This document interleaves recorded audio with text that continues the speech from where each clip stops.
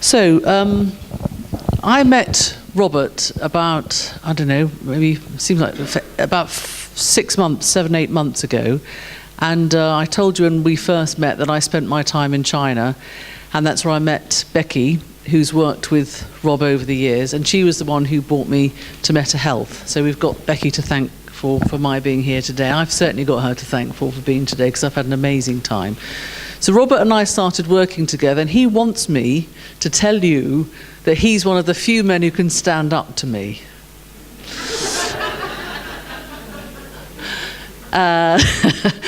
And I can honestly say, probably because of the industry that I was in, to be a woman in broadcasting and to be successful at broadcasting, I had to develop male qualities of a certain sort, I suppose. And I always would consider myself not to be an equal to a man, but certainly at least his superior, if not more. And I've learned, and also when I was first in television, there were very few women. So in this country, I know it's different in Germany and Denmark and such places, but there were very few female reporters and newsreaders. It would maybe a male-dominated presentation team. So I learned to be a bit tough. So when I've worked with Rob, he's equally tough. And if I say stuff, he goes, "You know that's bollocks, Susan." And I go, "No, it isn't. It really isn't." And I say, "This is why." And he goes, "Susan, it's bollocks." And he just says it over and over again. I go, "Okay, it might be." And I go, "Wah!" and start crying. So I've worked with Rob for a few months. It's been absolutely transformational.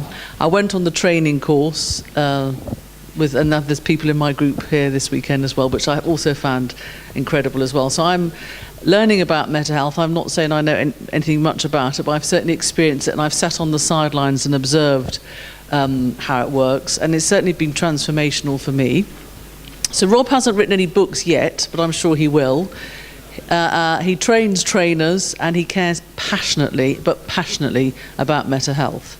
And please welcome onto the stage Robert Waghamre.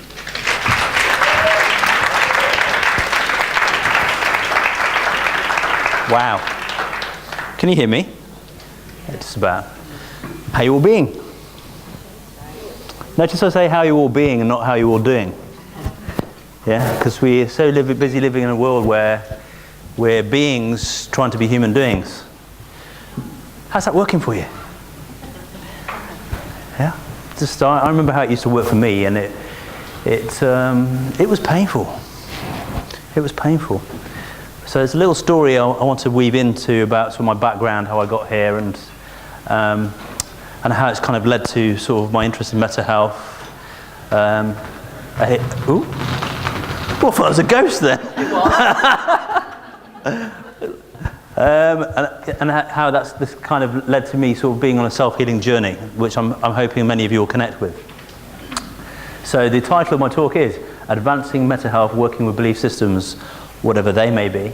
And I'm a senior META-Health master trainer on the advisory board, so I'm also involved with standards and certification for META-Health practitioners worldwide, and I get involved with also the development of META-Health systems of diagnosis and therapy.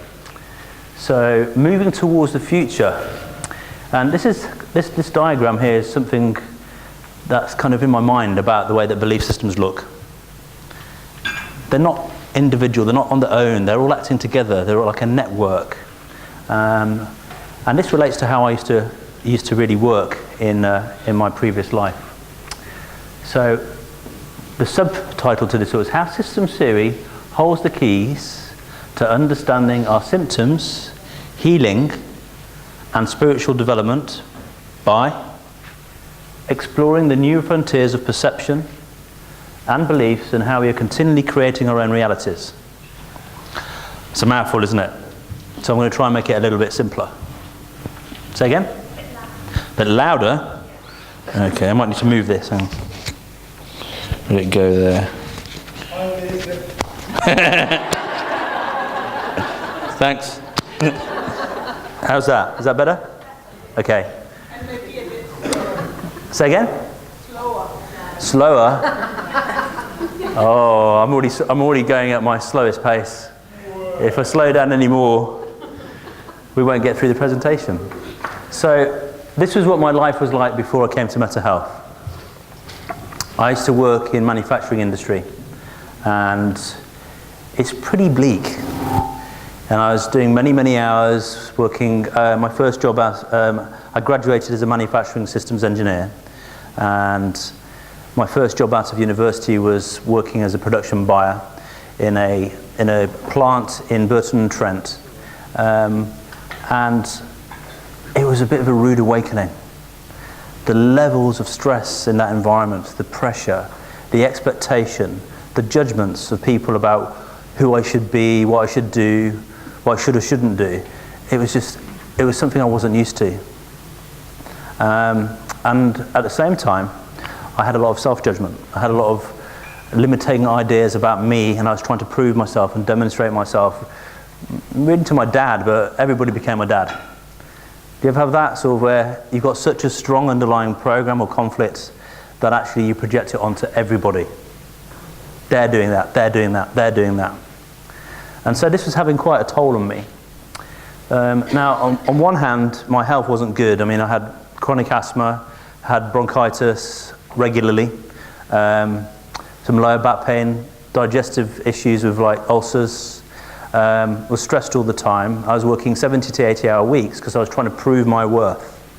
So my health wasn't good, and I was stressed and anxious most of the time, but I was doing very well in the organisation as far as they were concerned. So I was like stressed out, miserable. I had social anxiety. I had mood swings. I devalued myself quite considerably. I had asthma, the ulcers, and it got to a point in about, I'd say 99, 2000, I began to feel like this was happening to me. I began to feel like I was dying. And I knew that if something didn't change pretty swiftly, if I continued to go down the medical route or put my faith in other people to heal me, that I was going to die. I kind of knew it.